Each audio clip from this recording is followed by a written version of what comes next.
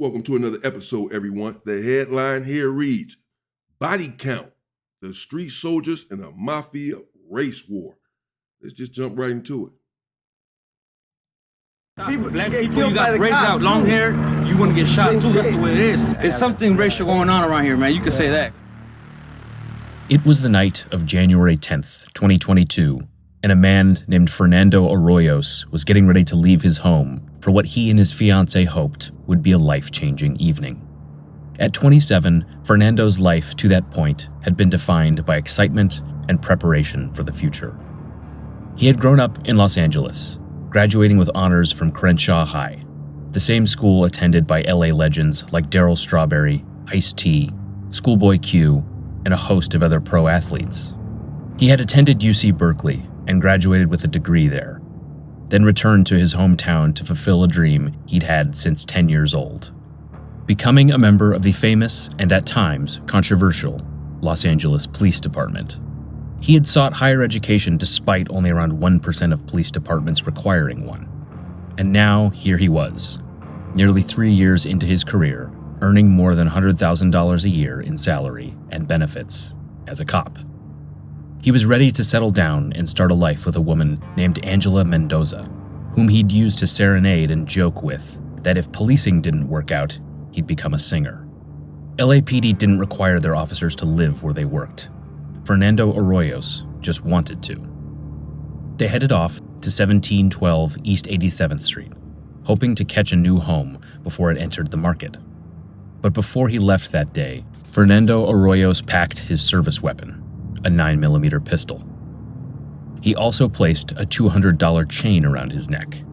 Then he and his sweetheart headed out into the night. Fernando and Angela didn't know it then, but elsewhere in Los Angeles, 3 men and a woman had loaded into a car, also armed with pistols, out patrolling the streets looking for trouble. They were part of Los Angeles' oldest and most notorious gangs, affiliates of the Mexican Mafia, known for creating an empire of illegal gambling shacks, underground pot dispensaries, and even drawing condemnation from anti-racist hate watch groups. They had originated as little more than a group of street robbers looking to make a buck, in the same vein as these 3 members on that night. The gang is called Florencia. I'm sure we can all see what that is hanging up from up there. You know, I ain't trying to start and I just want to play the video. 13, and its brief encounter with Fernando and Angela would have tragic repercussions, causing a political fallout that publicized years of brewing tensions between conservatives and progressives about law and order and the true definition of justice. This is the Killer Chronicles. As Fernando Arroyos and Angela Mendoza were out house hunting that night, 3 Florencia 13 members were out hunting for robbery victims. Their names were Luis Alfredo de la Rosa Rios, aka Lil J and Lil Malo, Ernesto Cisneros, aka Gonzo and Spooky, and Jesse Contreras, aka Skinny Jack and Flaco. Also included in the bunch was Rios' girlfriend, Haley Grisham, a Houston, Texas native who was basically on vacation with Rios. Rios was living in Texas at the time, but he'd grown up not far from Fernando Arroyos and under similar conditions. But throughout his life, had fallen into nearly every pitfall that the young officer had managed to avoid. He'd moved around a lot as a child, even having the misfortune of residing in Acapulco during a cartel war, where he'd witnessed beheadings and other brutality.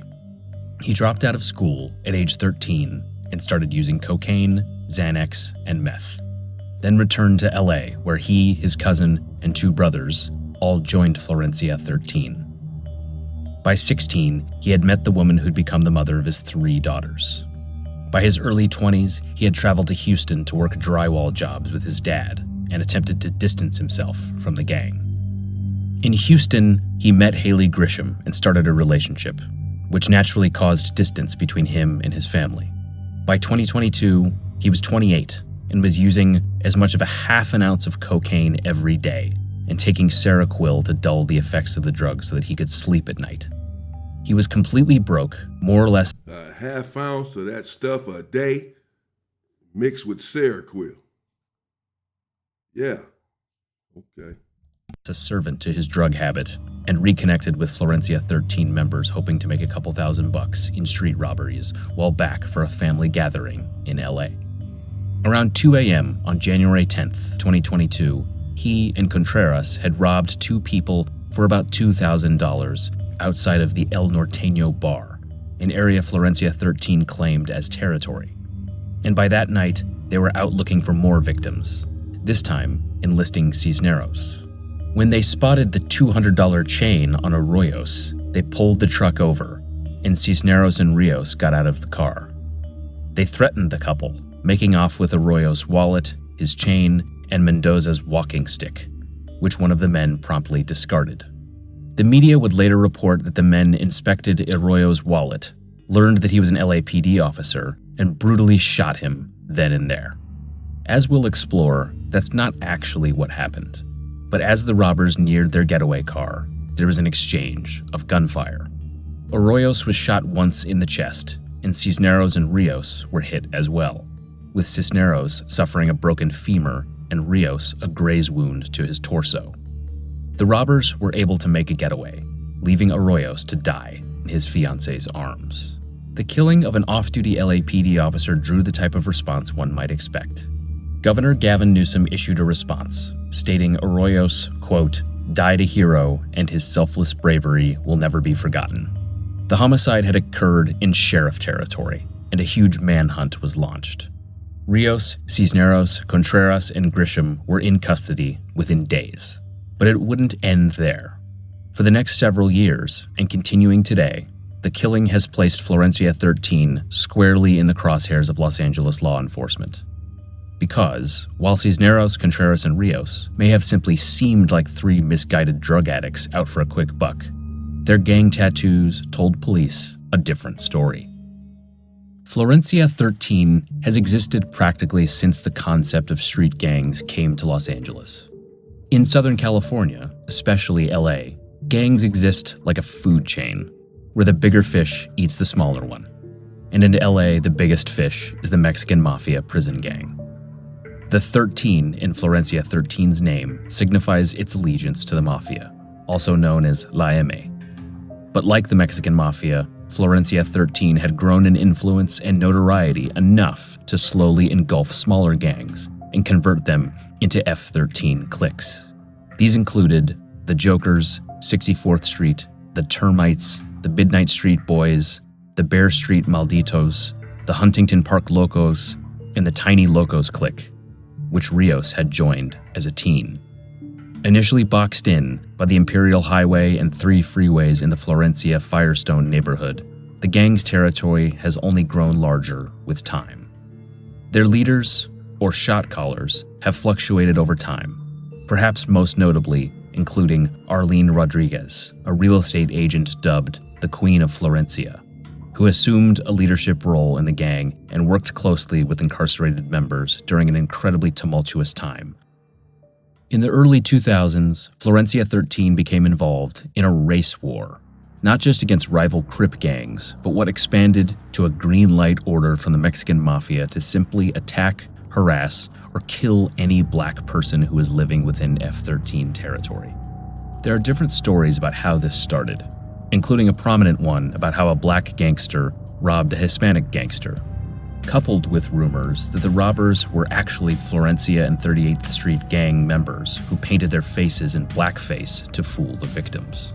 Whatever the case, by 2004, it was well known around LA that Florencia 13, the Avenues, and other MA-affiliated gangs were targeting black people en masse, drawing the type of condemnation and attention that's usually only reserved for white supremacist groups. They see you bald, dress code, you're gonna get shot. Black people, you got raised out long hair, you're gonna get shot too. That's the way it is. It's something racial going on around here, man. You can say that. The Southern Poverty Law Center added Florencia 13 to its Hate Watch series. In 2006, the U.S. Attorney's Office filed hate crime and murder charges against the Avenues. Damn. He said who? Put him on a hate watch list, hate group list, and all this. Got him down as a hate group, basically. That's crazy. Okay, that's what it is. They didn't took it. I mean, man, they shot whoever, allegedly, whatever the hell happened, somebody shot the undercover police in the chest, not knowing that he was a police, took his $200 chain, died right there in his fiance's arms, all bad. Yeah, all hell broke loose after that, of course. The law came down on him tough because he was one of them, undercover or not. Within days, they had them all apprehended, locked up. So far, let's see, but ain't nobody telling on each other nothing. And they got the lady, the queen of F-13, Arlene. Let's see what happens, man. News. And in 2007, the LA Times brought the conflict to a national audience, officially dubbing it a, quote, race war, and a front-page story coupled between an update on the Iraq War and a controversy about Ellen DeGeneres' dog rescue center. The reporting made it clear. Florencia 13's goal wasn't simply to kill Crips, who happened to compete with their drug customers or go body for body with a rival gang. They were driving black people from their homes in Florencia neighborhoods in what basically amounted to a campaign of terror. With that in mind, it might be surprising to some that Fernando Arroyos would seek to buy a home within the territory of a gang that was so emboldened. But from what everything his loved ones said about him after his death, he truly believed in the idea that in order to be a force for good, you have to become the solution and live by example. At any rate, court records from the criminal case paint a pretty clear picture of what happened that night. The foursome drove in a truck with obscured plates. When they noticed Arroyo's chain, prompting Rios to say, "Let's get it," they stopped the car. Contreras passed a gun to one of the men, but stayed behind, as Rios and Cisneros got out and committed the actual robbery. Like they'd done that morning, they were heading away, still armed but basically assuming that they'd gotten away with it, when Arroyos pulled his service weapon out and fired at the fleeing bandits. They returned fire, and by all accounts, Cisneros' gun jammed, meaning that Rios is all but certainly the man who actually killed Arroyos. While Arroyos had every legal right to do what he did, since the robbers hadn't yet retreated to safety and technically ended the robbery, this wasn't what the media had widely reported, where the men executed Arroyos upon learning that he was an LAPD officer.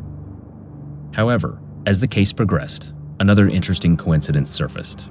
About 10 years earlier, Contreras' older brother, Robert Contreras, had received a $5.7 million. So the undercover officer, out with his wife, fiance, wearing the gold chain, had the wherewithal, the presence of mind to pack.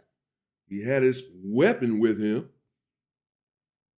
but not a bulletproof vest. Apparently, I'm assuming, say they shot back, hit him in the chest, and he passed away. Of course, you can still pass away with a bulletproof vest on, but I mean, he was off duty, so not working undercover or anything like that. He was off duty with his family, but still he had his thing with him. So I don't know, but apparently he didn't have on a vest. And then the way he did it must have, maybe he didn't wait long enough or something, because they were able to return fire and hit him. Some would say maybe he should have just let him go ahead and get away, take his chain or whatever. And the object of the game is to make it home to your girl, make it home with your girl, with your family. Get them back later or whatever. But, you never know what's going to happen in that sort of situation until you're in that situation. He's an officer. He's trained. He has a weapon. They just robbed him. They have a weapon. He feels like maybe he has a duty to stop them before they go rob someone else. They had already robbed someone earlier. He has a duty to try to get them off the street before they go kill someone or rob someone else or whatever. Like they just robbed him at gunpoint. So he took his chances and popped off. He squeezed on them, but it didn't end well for him. Judgment from LAPD after 2 officers shot him. In that case, Robert Contreras had been involved in a gang-related drive-by shooting when the officers caught up with him near a Jack-in-the-Box, but shot him once in the leg during a foot chase. then continued to shoot him an additional 4 times after he limped a short distance and collapsed to the ground. After losing in court, LA police complained to the media that the jury wasn't allowed to hear a hearsay statement from someone in the car about everyone's alleged gun possession. Robert Contreras pled no contest to attempted murder for the drive-by. After Grisham, Rios, Cisneros, and Contreras were identified as the culprits, the political fallout began. Sheriff Alex Villanueva, a political lightning rod during his 4-year tenure, made the controversial decision to take the case for prosecution to the U.S. Attorney's Office rather than the L.A. District Attorney, and Villanueva bolstered this by completely going on the offensive. The central focus to all of this was an ongoing debate about the role of the justice system, arguably the most important part of any civilization. As a state, California's relationship with criminal justice has been something of a seesaw over the past 50 years, leading to all sorts of contradictions and wildly different outcomes for defendants depending on what era they were charged. In the 70s, people were paroled at such a high rate that murderers often got several opportunities to kill again before they were given effective life sentences. In the 90s, young men were incarcerated for decades over relatively petty offenses, or even infamously given life sentences for third strikes that were for little more than theft. As of late, California has reformed its justice system by scaling back the felony murder rule that allowed non-killers to be prosecuted for murder when their cohort in a robbery kills someone, restricting the use of gang enhancements, stopping prosecutors from using rap lyrics as evidence, and allowing the prison system to award higher percentages of good time credits to reduce sentences across the board. Well, yeah, thank God for that. They needed a change. They needed reform because they used to hit you with these gang enhancements. That's 10 years for each charge, each gang enhancement, gun enhancement.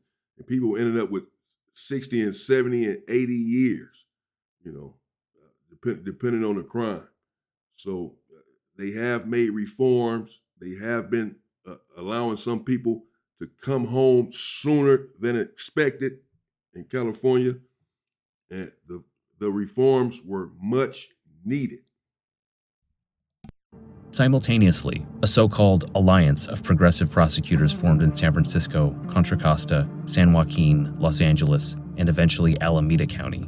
2 of these DAs were later recalled, while both Contra Costa DA Diana Becton and Los Angeles DA George Gascon were subjected to heavy scrutiny from law enforcement and conservative groups. Gascon came to LA from San Francisco, a large city that has some crime like fentanyl trafficking, gang shootings, and people drugging strip club patrons to rob them. But this pales in comparison to LA County, where there will be about 1 murder per day on average during a good year.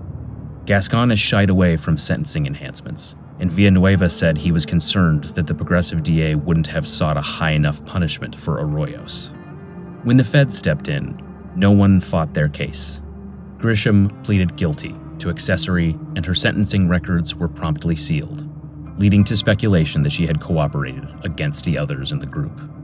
There are records saying she gave a statement to investigators, who also placed undercover officers in jail cells with the defendants to elicit statements from them.